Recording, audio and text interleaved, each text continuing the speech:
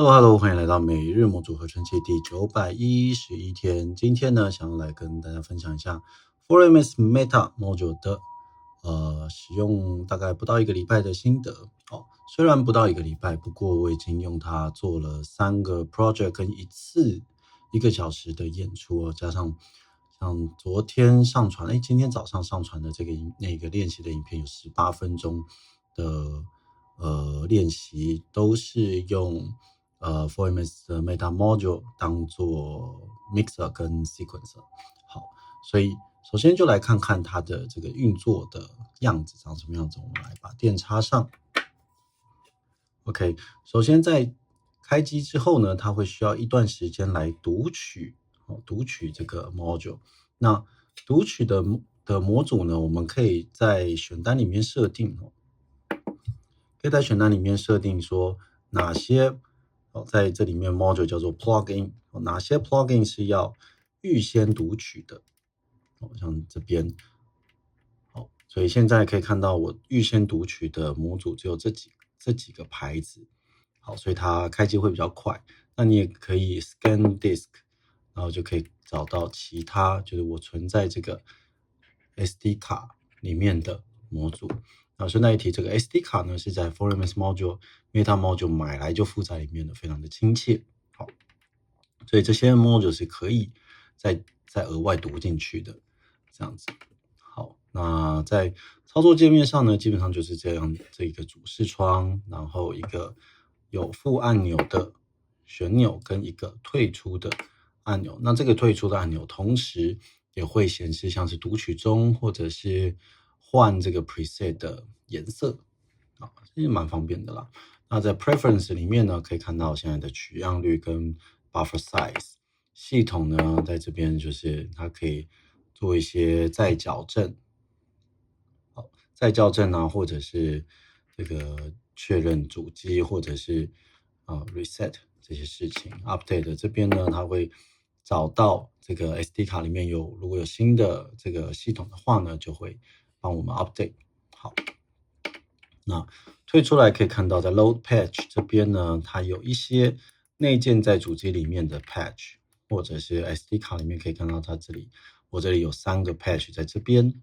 好，那像昨天上传的18分钟的练习呢，我是用这个 Meta 3的这个 project，可以看到它里面其实放了非常非常多的 module， 很多。对，那 play 下去呢，可以看到它的 CPU 现在是64%。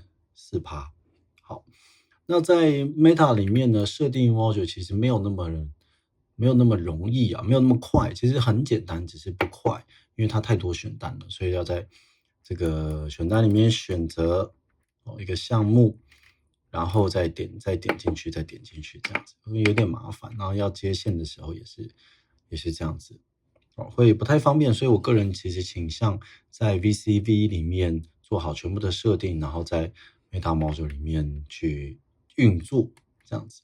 它所以比较像是一个可以跑 VCV Rack 的 MIDI controller 的这种感觉。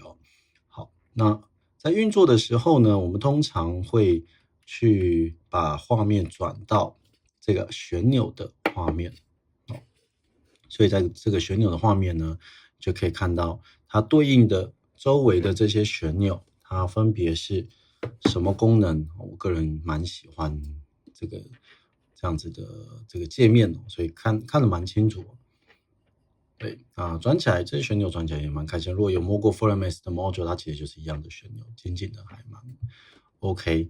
那在这边呢，我这个对，这个档案它有2组旋钮，所以按着这个按钮，然后往右转，就可以很快切到第2组。所以可以看到第2组颜色红色，它也会这样子去显示现在在第2组旋钮。所以就算跳出来，就算我们不在这个画面上转这些旋钮也还是可以做它原来的动作。所以要用颜色来确认现在在哪一组旋钮上面。OK， 像前一个909天，它是这个全部都用 Meta 做出来的系统。所以可以看到这个花了55%这样子。好，所以其实我还没有用到全部的功能，不过其实说真的，它的效能当然就是跟预期的一样啦，就这个 module 该有的效能比真的是不多不少，所以想要它发出声音或处理声音，比方说效果器这些东西，它就没有办法放太多。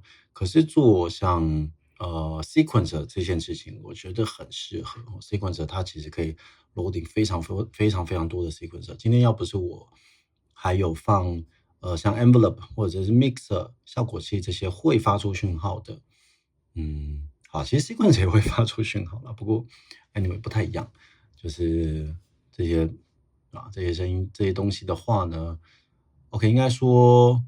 哦，对了，所以我换一个讲法哈，就是要不是我有放 mixer 或效果器这种会处理 audio 讯号的东西的话，单纯发出讯号，像是这个 envelope 或者是 sequencer modulation 讯号的话，它其实是蛮轻便的，它可以发出很多很足够的，可以放很多足够的模组。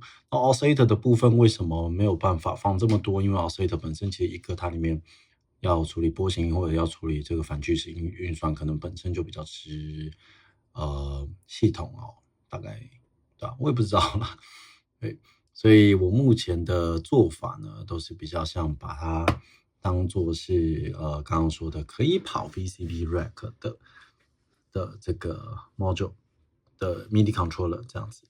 好，那至于额外新增新的 MIDI controller 呢，我们可以用这个 USB 去接外部的 MIDI controller。我现在有听说在论坛上面有人说这个 Launch Control 是可以接的。好，那我自己有的 MIDI control 现在没有对应要等它更新再看看。好，所以这是第一个，用了 USB 界面就可以再接更多的 MIDI control。那第二个录音这件事情呢，现在还没有开放，不管是作为录音界面或者是内部录音都还没有更新。那 4MS 自己是说呢，他们有打算做内部录音。我在这点不管我在5月Super Boost 的时候在柏林问过他们，或者是他们最近在论坛上面回复，都说有就是有要做内部录音这件事情，录在 SD 卡里面。不过作为录音界面这件事情呢，看起来他们官方是没有就是没有意愿的他就是如果可以做录音界面的话，它就丧失了它本身的独特性。对，所以感觉他们没有这么想赶快要做。不过我觉得时间问题吧，可能过1年2年，会过蛮久的时间。对，好，所以大概就是这样子咯。最近还会花更多时间放在 Meta 上面，想说我会 focus 在只用 Meta 做全部的东西，看它到底可以跑到什么程度。OK，那美人舞组合人气，我们下一则见，拜拜。